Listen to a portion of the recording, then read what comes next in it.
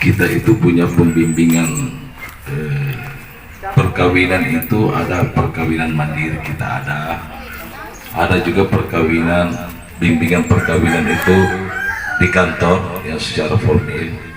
Kemudian kita sudah 1 tahun melaksanakan. Sekarang pola pembimbingan kita ke alam terbuka. Saya pikir lebih konsentrasinya para adik-adik sekalian, calon ibu, calon bapak, karena melihat biasanya kalau di kantor ruangan sempit, kemudian agak panas, nah itu biasa mengundang ngantuk atau mengundang cepat lelah, sehingga materi-materi yang biasa disampaikan itu tidak terserap dengan bagus. Sehingga dengan adanya pola-pola hiburan, dengan bentuk adanya fasilitator kita, tentunya kita lebih memperbanyak game-game supaya antara setiap pasangan itu saling mengenal. Jadi sebentar itu saya akan adakan game terakhir kita, bahwa kami akan menempelkan semua nama-nama chatting yang ada 15 pasang ini di setiap pohon. Silakan nanti yang laki-laki mencari nama pasangannya, jangan sampai nama pasangannya saya tidak ditahu atau dilupa. Kemudian nanti akan sebaliknya juga, saya akan membuat game itu tanggal kelahiran bagi cati laki-laki, tahun kelahirannya, bulan kelahirannya, saya akan suruh cari yang perempuan. Sebab biasanya yang biasa disuruh ingat itu ulang tahunnya, itu biasanya perempuan yang cepat bilang ulang tahunku tanggal sekian, bulan sekian. Tetapi mengingatkan bagi kita semua, khususnya KUA Kecamatan Palangga, kita bisa melaksanakan kegiatan bimbingan perkawinan itu lepas daripada ruangan, penuh dengan suasana alam dan juga penuh dengan suasana baru, supaya juga calon pengantin tidak bosan ia melihat hanya tembok sekelilingnya. Tapi pada hari ini kan kita melihat yang namanya nuansa alam. Iya, apalagi kalau hari ini kan insya Allah ke depan, dalam waktu dekat, adik-adik sekalian kan akan melaksanakan yang namanya peristiwa sakral bagi kehidupan kita. Dalam kehidupan baru kita jalani, yang selama ini kita hidup dengan orang tua, kita hidup dengan kehidupan kita masing-masing, kita berdiri sendiri dengan ego kita masing-masing. Insya Allah ke depan ya ada yang namanya 2 pemikiran yang selama ini tidak bisa bersatu, disatukan dalam yang namanya ikatan perjanjian suci, misalkan galitan, perjanjian suci atau perjanjian agung, yaitu yang namanya ijab kabul. Siap-siap mungkin semua seperti itu. Pasti insyaallah mau tidak pengantin yang telah mendaftarkan dirinya di KUA kecamatan sesuai dengan persyaratannya, itu menjadi kewajiban untuk mengikuti sucatin, kursus calon pengantin atau bimbingan perkawinan seperti ini lewat KUA masing-masing. Seperti itu. Kedua, tujuan yang kita lakukan untuk bimbingan perkawinan pada hari ini, memberikan adik-adik sebuah pemahaman dan juga materi-materi untuk penguatan. Banyak kasus yang kita temui di tengah-tengah masyarakat, terutama kita di kota besar yang ada di Sulawesi Selatan, Makassar, Bone. Ternyata kita di Kabupaten Goa ini salah satu penyumbang terbesar peristiwa perceraian yang ada, dan diberikan bimbingan seperti ini. Ya.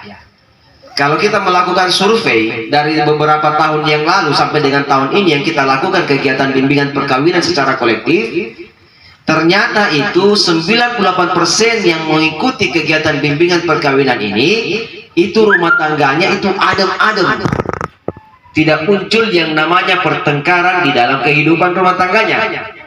2%-nya itu yang tidak mengikuti kegiatan bimbingan perkawinan, suscatin, itu yang dilakukan oleh KUA, ternyata rumah tangganya mengalami yang namanya goncangan badai. Seperti itu. Sehingga inilah salah satu tugas pokok kami di Kementerian Agama, memberikan pendampingan dan bimbingan kepada adik-adik sekalian untuk mengarungi bahtera rumah tangga agar kiranya bisa mewujudkan nanti keluarga yang sakinah, mawaddah, warahmah, seperti itu. Iya. Yang ketiga yang kami ingin sampaikan kepada adik sekalian, bahwa kegiatan yang kita lakukan pada hari ini bukan hanya kita bagaimana menguatkan rumah tangga adik-adik sekalian dalam sisi pendekatan agama, tapi adik-adik sekalian yang hadir pada kesempatan hari ini, tentukan perkawinan itu. Angkat tangan, gue kasih ke uang. Pak Kuas saja masih mau, maksudnya masih mau punya anak. Iya, seperti itu. Sehingga inilah kita hadirkan beberapa pemateri, narasumber dan juga fasilitator agar kiranya adik-adik itu diberikan pendekatan untuk bagaimana memiliki wawasan tentang bagaimana menghasilkan generasi yang berkualitas. Seperti itu. Ada dari Puskesmas, ada dari PLKB. Tentu ada sekalian yang hadir pada kesempatan mulai ini, kita ingin mendapatkan beberapa informasi terkait bagaimana caranya kita mendapatkan keturunan yang baik, bagaimana menghasilkan keturunan yang sehat serta berkualitas.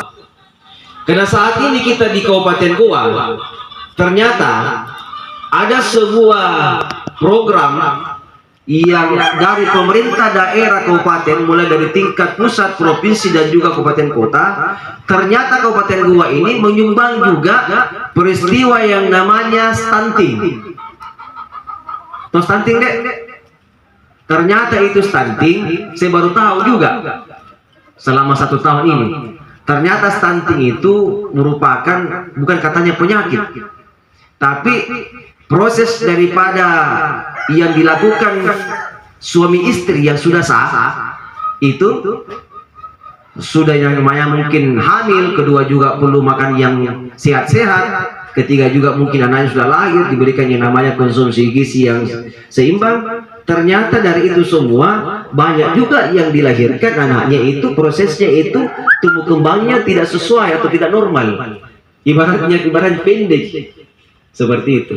Tapi banyak sebenarnya dibilang orang pendek bukan stunting, tapi kalau stunting sudah tentu katanya pendek, seperti itu. Kecil tidak sesuai dengan proses pertumbuhannya dengan anak-anak normal yang ada, seperti itu. Inilah biasanya kalau calon-calon pengantin sudah sah menikah, mereka kalau tidak dibekali, dan ini terbimbing di Jakarta, di Bandung, di Solo ya, Sulawesi, Solo.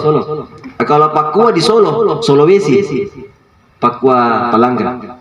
Kalau fasilitator Pak Haji Pali itu terbimbing ke Bintik di Jakarta. Yang terakhir yang kami ingin sampaikan kepada adik sekalian, bahwa membina rumah tangga itu, Dek, melakukan yang namanya ijab kabul itu tidak gampang. Walaupun memang adik-adik sekalian yang berhadapan dengan para penghulu nantinya itu hanya laki-laki. Yang ijab kabul itu laki-laki, bukan perempuan, kan? Ya? Cuma biasanya kalau saya lihat peristiwa kita di Sulawesi Selatan ini memakai adat Bugis Makassar, biasanya itu perempuan itu ditaruh dalam kamar. Ya, disembunyikan dulu supaya dibilang ini pasti apa istilahnya? Pas apa pakwa biasanya itu kalau disembunyikan di kamar dulu, seperti itu. Mudah-mudahan sampaikan sama orang tua, usaha utamanya nih perempuan ya. Ini kan yang namanya perjanjian suci, ijab kabul, ijab dan kabul yang dilakukan oleh pihak walinya perempuan terhadap daripada calon suami tak, karena belum menjadi suami, baru calon. Sudah ijab kabul, kalau nyatakan oleh saksi sah, baru saksi sebagai suaminya. Dan ternyata selama ini saya lihat melakukan yang namanya survei terhadap peristiwa nikah yang ada di Sulawesi Selatan, khususnya di Kabupaten Goa, banyak istri, calon istri tidak mendengar itu ijab kabulnya. Padahal sebenarnya siapa yang ijab kabul ini? Apakah bapaknya atau anaknya? Yang mendengarkan itu wajib hukumnya. Istrinya mendengarkan itu apa dikatakan oleh yang namanya sang suami, mengatakan sudah belajar bagi semua itu proses ijab kabul. Misalnya saya nikahkan antum dengan nama ini, ya, dengan mas kawin ini, ya, karena Allah, seperti itu. Apakah yang perempuannya mendengar? Harus didengar deh. Kalau bisa kasih besar-besar ke speakernya nanti, supaya didengar kita perempuan, supaya juga kita aminkan dalam hati bahwa memang kita yang berijab kabul dengan suami tak, walaupun memang diwakili oleh orang tua tak atau walinya, tapi harus kita dengar, kita aminkan. Karena salah satu hal yang menjadi pemicu, katanya berdasarkan survei dilakukan oleh lembaga independen, banyak terjadi peristiwa-peristiwa yang pertengkaran-pertengkaran kecil dalam rumah tangga itu karena memang itu tidak diaminkan dalam hati oleh calon istrinya. Seperti itu. Hanya diaminkan oleh semua yang hadir, yang berhadapan dengan pihak laki-laki. Seperti itu. Yang terakhir yang kami ingin sampaikan kepada adik sekalian, bahwa pernikahan itu bukan dikatakan hanya bagaimana menggugurkan yang namanya kewajiban kita sebagai namanya umatnya Nabi Muhammad, ya. Karena menikah merupakan adalah sunnatullah bagi semua manusia yang menjadi umatnya Nabi Muhammad. Bukan hanya itu menggugurkan kita sebagai umatnya, tapi bagaimana caranya kita bisa berpedoman kepada kehidupannya Nabi kita. Iya, tidak ada pertengkaran selama beliau memiliki yang namanya istri. Seperti itu. Yang kedua, kita mengarungi bahtera rumah tangga, dek. Bukan hanya dibilang kita sudah ijab kabul, terus sudah kita menikah, ketiga juga kita sudah berhubungan dan menghasilkan keturunan, bukan seperti itu. Tapi bagaimana caranya kita ini saling menjaga satu sama lain. Kan terkadang kan seperti ini, dek. Karena ini kan dua perbedaan ego yang tidak bisa disatukan, tapi kita satukan dalam proses pernikahan. Apalagi usia-usia dengan yang seperti ini, 19 tahun ke atas. Ini masih rawan dengan pemikiran-pemikiran yang muncul kepada egonya masing-masing. Apalagi kalau misalnya ada campur tangan daripada keluarganya, istri dan suami. Seperti itu. Makanya kita tanamkan dalam diri kita bahwa kita kegiatan yang kita lakukan pada hari ini, kita diberikan bimbingan untuk bagaimana kita memperkokoh rumah tangga kita. Karena kita suami istri adalah pakaian. Istri adalah pakaiannya suami. Suami adalah pakaiannya istri. Misalnya, dek, kalau saya tanya, kalau kita tidak pakai pakaian, kira-kira bagaimana modelnya? Tentu kita malu. Istri juga kalau misalnya tidak bagus pakaiannya suami, pasti malu-malu. Begitu juga sebaliknya. Karena memang Allah Subhanahu wa taala telah mengatakan kepada kita dalam firman-Nya, "Kunna libasul lakum wa antum libasul lahunna." Bahwa istri adalah pakaiannya suami, begitu juga sebaliknya. Iya, maknanya apa? Kita harus menjaga satu sama lain. Tidak boleh namanya ada ego, dek, dalam proses perkawinan kita. Seperti itu. Kita turunkan ego kita masing-masing.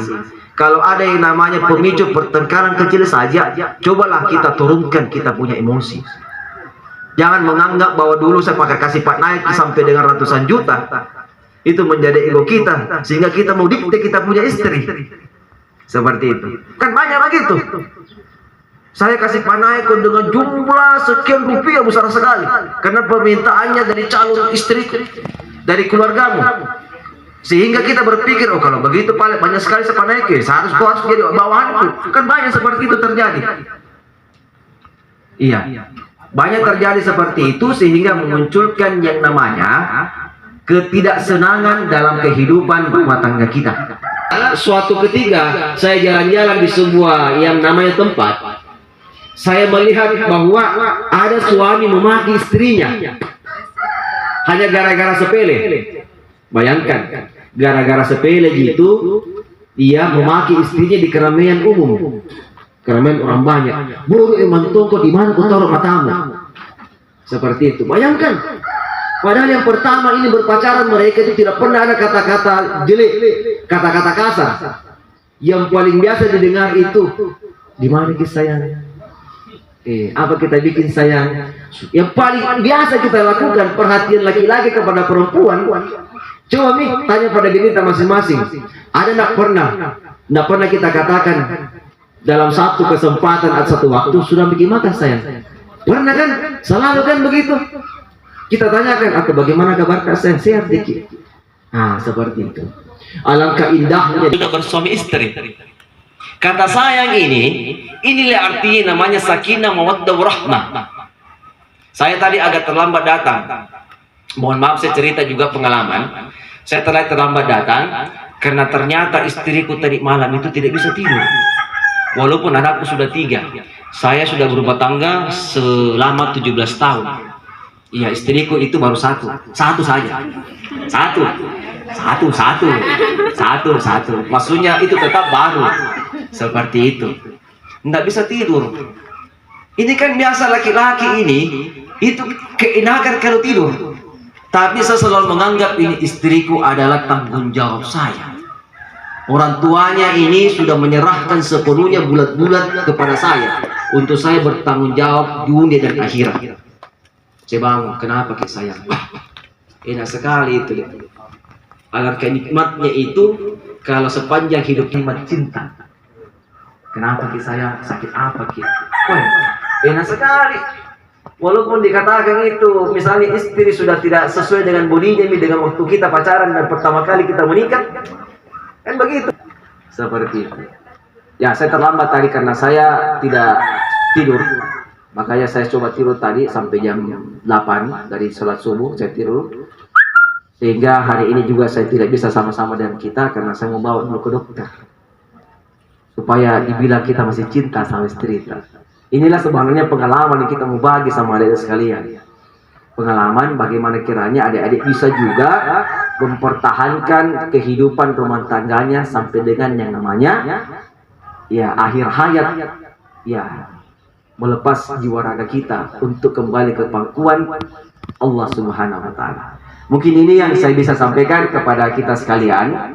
Saya harap kepada adik sekalian bisa mengikuti semua materi-materi yang dilaksanakan oleh teman-teman narasumber, Bapak Nadim narasumber, fasilitator, agar kiranya kita bisa memiliki fondasi kehidupan rumah tangga yang kuat dan juga kita bisa merencanakan perkawinan yang memiliki fondasi agama yang kuat.